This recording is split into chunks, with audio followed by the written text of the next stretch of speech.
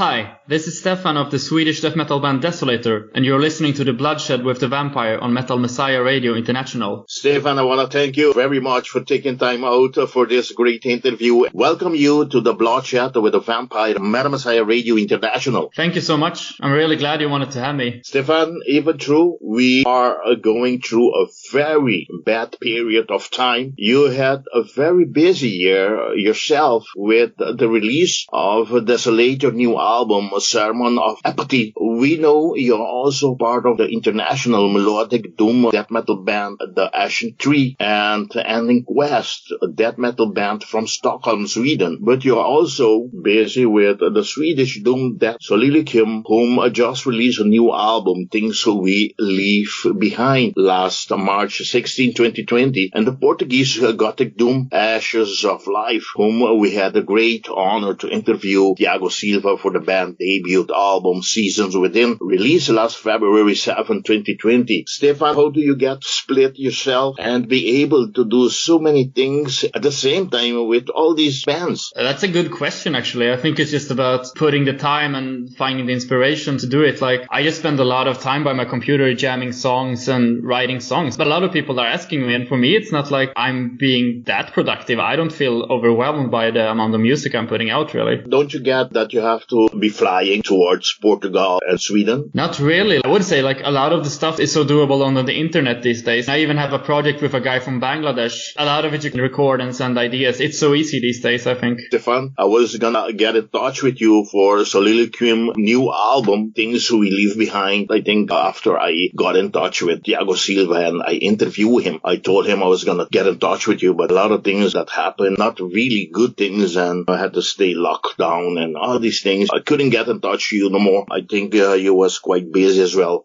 But Oliver told me to get in touch with you guys, Desolator, to do the interview for this brand new album. And I found out that you are the one behind Soliloquium as well. Soliloquium, how was this album been so far after a couple months after its release? I think we got a really good response on the Soliloquium album, actually. Like, the timing was the worst possible. I mean, it was in the middle of the European COVID outbreak and everything. So I understand that we never did the interview since I released the album in March, but I think the response has been extremely good. Like, we were on the big site Metal Storm, we were on the top 20 albums for quite some time, and I feel the band has really grown. It's really gone forward thanks to that album. And now that I'm stuck in Sweden, which I wasn't supposed to be at this point, I can definitely start writing a new album with Soliloquium, so I'm gonna try to be super productive while I'm stuck in Sweden. So we can expect anytime soon another album out? I believe that we're gonna start recording it next year. It kind of depends on how long I stay in Sweden, but when it comes to material, I definitely have it. It's more about getting the practical stuff done, like booking studio times and getting the details done, but I believe we could record an album next year. That's very great to hear. So I, from now on, invite you to make this interview happen in order so we can finally get to promote this great band the way it should be. That sounds really good. Stefan, going back to Desolator, the unnamed band Desolator was formed in the early 2009 when Joakim, Jonas, and Mila started jamming in Sollentuna. After a few rehearsals, Stefan, you joined in. The project was going in a doom death direction, but it changed into old school death metal after some full band rehearsal. Tell us, how did you got on board to become the band's guitarist and vocalist? What made you make the decision to switch the direction from being a death doom metal band into an old school death metal? It's pretty funny, like, the story how it all happened, because we were all posting on like the Ultimate Metal Bloodbath forum back then, and I met Joakim on a cruise, and we just started talking and recognized each other from the forum. And then they had already started jamming a little bit, and they were playing some kind of like Catatonia Opeth style progressive death doom type thing, and I joined in on that in the beginning. I think we were playing songs like Catatonia's Murder and those like simpler death doom type songs, but then I just think we decided to play something else. I'm not sure, it might have been also due to like lack of ability, because we were really not that good at our instruments, and we figured like, let's make some music that's gonna work better live, and we don't need the clean guitars and all that. So we just started playing this kind of like Dismember, Entombed style old school death metal instead. Okay. So that's how you met Joakim? Yes. I'm not sure about who knew each other which way from the start. I think Joakim and Jonas already knew each other somehow, and then I came in contact with Joakim over the forum and kind of started jamming with them that way. Stefan, could you please present us the current band lineup, please? The current lineup is me, Stefan, on guitars and vocals, and Joakim Rudemyr on guitars and vocals, Jonas Bergkvist on bass and vocals, and Parri on drums. I noticed that the band is using, two vocals at the same time. How does you guys do this? It's actually very practical when it comes to playing live and stuff. Of course, like maybe the preferable thing is to have a frontman, but if you don't have a frontman, it's better to have all the people on the instruments singing. And live, we even give Jonas space, the bass player. He doesn't sing that much on the records, but live he kind of does some parts. And I think it really works live because you get this like really intense attack type feeling. It's the same when you watch Behemoth and people are doing vocals from all directions. I really like it, and it's something we're going to work on, making it even more intense on the new songs, I think.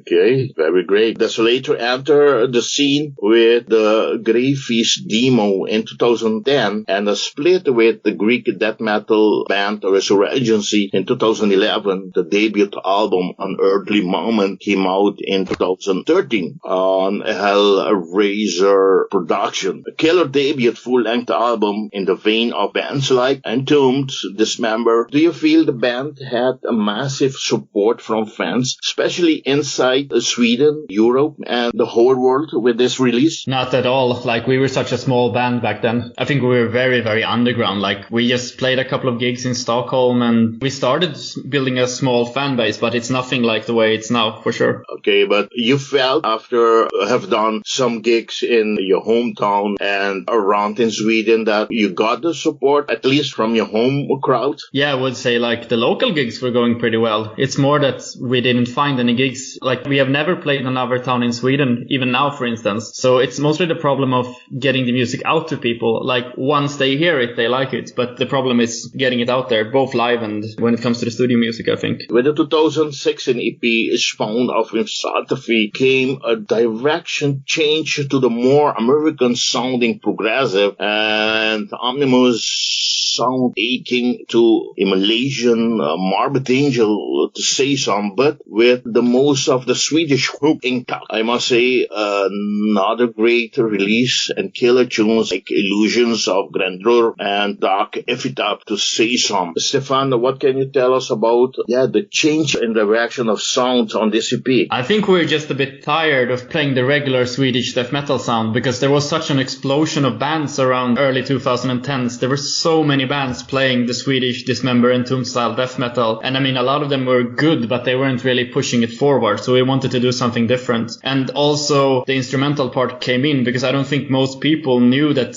when we started Desolator we were learning to play our instruments literally. So like, the ability definitely made a big difference. Like, in 2016 we were starting to become really good, plus Parri entered the band, and he's like a really proper death metal drummer that can do the blast beats, and well, he can do pretty much anything. So I think it was like the natural step, and we wanted to do something that was more our own style and like create our own sound. So compared to the debut full-length album, with this EP you got a lot of more recognition? Yeah, I think so. I think people started taking us more seriously too, since the production values were much better and it was much tighter. Like the Unearthly Monument album, we didn't really involve any professionals on a high level making that album. It was a very cheap album that we did in home studios and stuff. When it came to Spawn of Misanthropy, we were recording stuff with the actual death metal professionals in Sweden, which of course makes really big difference. Sure. Desolator have been treading the hollow ground of Swedish death metal since 2009. The quartet paid proper homage to the basal sound of the Stockholm masters of yore. Having conquered the saw, the band chose to start to move in another direction with their 2016 EP Spawn of Misanthropy, and show a move away from the Stockholm sound with the addition of more dissonance to create a riffing akin to the work of early Morbid Angel and Immolation. Black Lion Records saw the promise of their song in embryo, signing the band and re-release Spawn of Misanthropy on a CD in 2018. How did you guys got in touch with Black Lion Records to have them re-release the 2016 EP now in 2018, Spawn of Misanthropy? Misanthropy, Stefan? I think Oliver showed some interest a bit earlier as well in signing us. And then we realized like a lot of his bands are doing very well. They're getting a lot of good sales, a lot of good promo, being booked at festivals. So we were very interested in working with him, obviously. And it was a great move to get the Spawn of Misanthropy re-released as well, because then we got it reprinted and it got proper promo. The first time we put out Spawn of Misanthropy was by ourselves. And obviously when you have like a strong PR label like Black Lion Records, it's much better.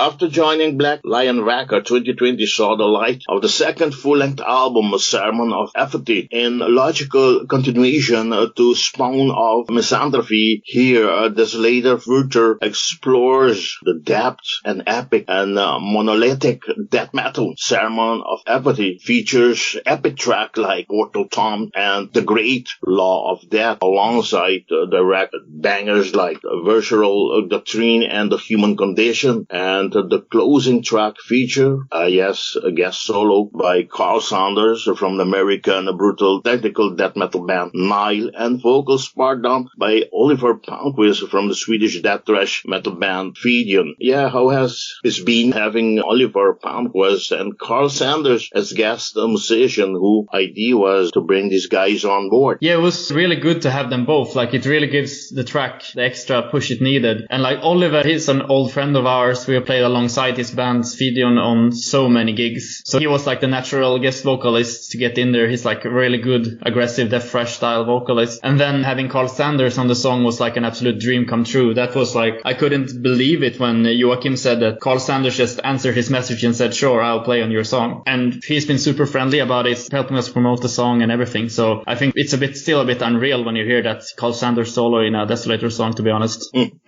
Yeah, when I saw it, couldn't believe it, but I was really happy for you guys that Carl decided to do this. It's also so nice when it's someone that you admire so much musically, and then they're just proving to be this super nice person that just like, oh, sure, I'll do a solo for you and help you promote the song and everything. Like, Carl was super cool about it the whole way. I'm very glad that I get to see Nile on tour in Europe, and so phenomenal when you see these guys playing, believe me. Yeah, I've seen them a couple of times, and it's like you're mostly just staring at the guitar players, wondering how it happens in reality. Stefan, continue with this interview in promotion of the new album. The band released 3 videos out for the tracks Portal Tomb, Creatures of Habit, and The Great Law of the Death. Is there anything you like to share with us, with the audience, about the concept of these videos? The videos themselves are mostly like lyric videos with backgrounds from the album art and stuff like that. But we do have plans to record a proper music video for one of the songs as well, which we're going to do quite soon if it all works like it's supposed to work. The production values have been greatly improved thanks to mixing and mastering by Jari Lindholm. How was the drum recording part gone with Mr. Wadgern, and mix and master done by guitarist and bassist of Ex-Genesis, Jari Lindholm gone? It was very good. This is what I meant when I said we're really working with the professionals now, because like Sverker's drum studio is super professional, and you get this like almost finished sound once you just render it out, which makes it so much easier. And I actually found Jari when I wanted to get the Soliloquy album mixed and mastered, so I knew what he could do, and then I just suggested that he do the Desolator album as well, and then everyone had already heard the Soliloquy album and they were like, oh, let's do that. So like it's been super smooth, both recording and mixing and mastering. Everyone has been very easy to work with, plus they're really good at what they do. So it's been a very smooth process all the way. Okay, very great to hear. Last August 20th was the 130th anniversary of the birth of the American writer and weird and horror fiction Howard Phillips Lovecraft, one of the most influential authors when it comes to metal. His Cthulhu mythos have inspired countless bands to create songs of cosmic horror. Yeah, Desolator has selected a few songs inspired by the Cthulhu mythos as well. Why and which song are the songs, Stefan? The album has like a pretty interesting mix of lyrical themes, I would say, since I write these like reality-based horror songs while you have Jonas and Joakim creating the Cthulhu horror songs. So the Cthulhu horror songs are Portal Tomb and The Great Law of the Dead. Swedish death metalers Desolator are back with their second full-length album, as I said, Sermon of Apathy. This album was released on September 4th via Black Lion Records. I will kindly ask you, Stefan, if you could present us the album tracking list, please. 1. Portal Tomb. 2. Adversarial Doctrine. 3. Creatures of Habit. 4. Methods of Self-Deception. 5. The Human Condition. 6. Vaticide. 7. The Great Law of the Dead. Stefan, I'd like to thank you for having presented us the album tracking list. Once again, the Swedish Black Lion Records released a Swedish Stockholm-based death metal battalion Desolator independent album Sermon of Apathy last September 4, 2020. Yes, I'd like to thank Oliver Dahlbach for sending me the promotional package, and and his constant support to all these great bands. How are everything going with the release so far and support from the label, Stefan? I think it's been overwhelmingly good. Like on social media, I have never seen this kind of response to a Desolator album. So it's been extremely good. Like Black Lion has done a really good job getting everything out there, getting premieres and spreading the singles around. I'm very happy with the release, and it's been a really intense weekend. Like we've been doing a lot of social media promotion and interviews and a lot of action. I really like it.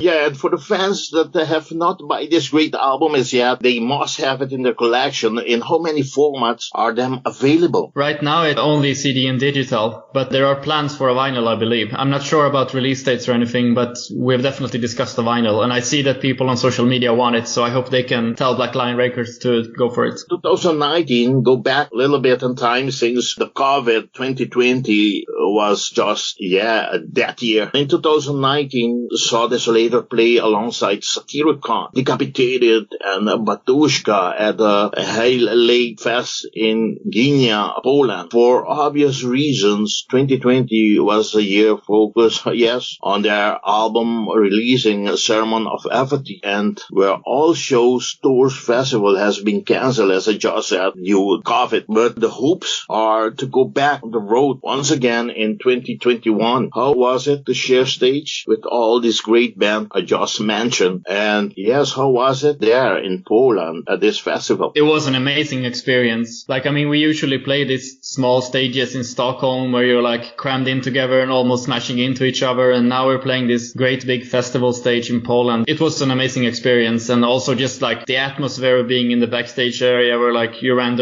a member of Decapitated going like, hey, and walking by. It was a pretty crazy experience. So we were really hoping to do it again this year, but for obvious reasons it won't happen. So we really hope the album will push us to get experiences like that again, for sure. And did you get to share times with the members of these bands I just mentioned? We were mostly just sharing the backstage area, like we weren't really hanging out or anything because the festival was pretty intense. It was the first time they did the festival, so it was pretty stressful getting everything to work and sound checks and all that. But it was just cool just being a part of it. Some of us in the band are used to that. Victor plays in, our drummer, he plays in really cool bands like Valkyria and Isol, so he's used to the whole festival thing. But for us, for others in the band, it was definitely a first time thing. It was very cool to experience. Okay, the embers of Swedish death metal are stuck white hot on the Sermon of Apathy, the sophomore release of the Horizon beast known as Desolator. Through the Stockholm influences so prevalent on early releases by the band is now one of the ingredients in the blurry percussion presented here. The band still remains rooted in that sound of their forefathers, adding heartily helpings of dissonance and creative riffing influences by likes of Immolation and Morbid Angel, as we said before. The quartet of the anti-nasty Sermon of Apathy is fully evolved death metal monster with creative drummer, thunderous bass,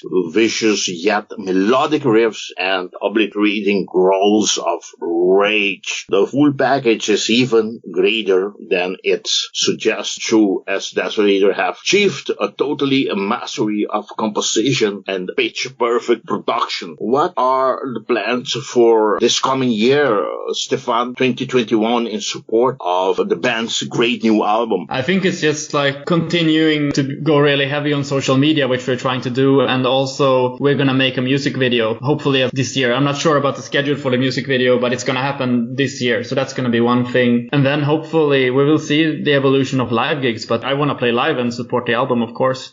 Yes, I can't wait to see you guys live. Oh, we'd love to have you. Yeah, I guess there's a lot of fans out there that like to see you guys on the road. Yes, especially now with the help of Black Lion, we're really getting out to foreign fans in a different way. I think the vast majority of our fans before have been Swedish people. I believe not only you, but the whole band are very excited to hit the road and to play live, right? Yeah, the Hellthrasher Fest thing was such a big deal for a lot of us, like just doing a really, really big gig. We've just done these small gigs back and forth and just getting to a really, really serious metal festival and performing on a big stage. We just want to do that again, of course. Stefan, I want to thank you very much for having to make this interview possible. I want to hand you over the microphone of Adversarial Radio for you to invite all your friends to support the band, to buy the band's previous albums, and to buy the brand new masterpiece Sermon of Apathy, which was released last September 4th of via this great, prestigious Swedish Black Lion Records. But before we leave, Stefan, I see the album cover work was done by Alexander Tartus. How did the bands pick him to do the band's new album cover artwork? I think we were discussing like maybe 3 or 4 different cover artists, and because we wanted to up that part as well and get someone that's pretty famous and very good at what he's doing. And Alex is obviously, when you look at the bands he's done for and how his art looks, we just figured that's going to be perfect. And that's also paid off. We have definitely seen a lot of people that actually start listening to us because of the album art. So it's definitely been worth it finding a really good artist. Yeah, when I saw the artwork, it's very catchy, like attracts you right away to try to figure out, okay, let me see this. The Desolator, I don't know. For people that don't know the band, let me see what's they all about. It's just because the cover artwork. Yes, I think, and the colors kind of stand out. Like, it isn't this usual super dark death metal cover, because like it has some unusual colors. So I think if you go to Bandcamp and search for death metal, I mean, you have like 100 covers in your face in 1 second. And when you have something that stands out, it's definitely going to help us to sell some more albums and get people to check it out. Yeah, I love this kind of blackish purple color. And what stands out is the Desolator logo on with this, orange color. Yeah, I believe it was a pretty smart choice, because like it's easy to fall into this like black and white and gray type scales when you make death metal covers. I guess it's a natural thing, so it was good that we did something different, I believe. Okay, for all of you out there, if you love bands like Bloodbath, Blood, Red Throne, Death, Dismember, Entombed, Grave, Immolation, Morbid Angel, Suffocation, Vader, to say some, you need to buy this great masterpiece, Sermon of Apathy. It's an album you must have in your collection. Okay, Stefan, the Metal Messiah Radio's microphone is all yours to thank whoever you want to thank. Well, I just want to thank all our fans that are showing really great support. Hope that they will enjoy the new album. Thank you to our fans. Without anything to say, Stefan, I wish you all the best with the band, yes, Desolator, and with this great new album, Sermon of Apathy. And as I said, hoping to meet you guys on the road. All the best to you as well, and thank you for having us for an interview. I'm really happy to be able to be a part of Metal Messiah Radio. All right, as I always say, metal on. Bye-bye. Metal on. Bye.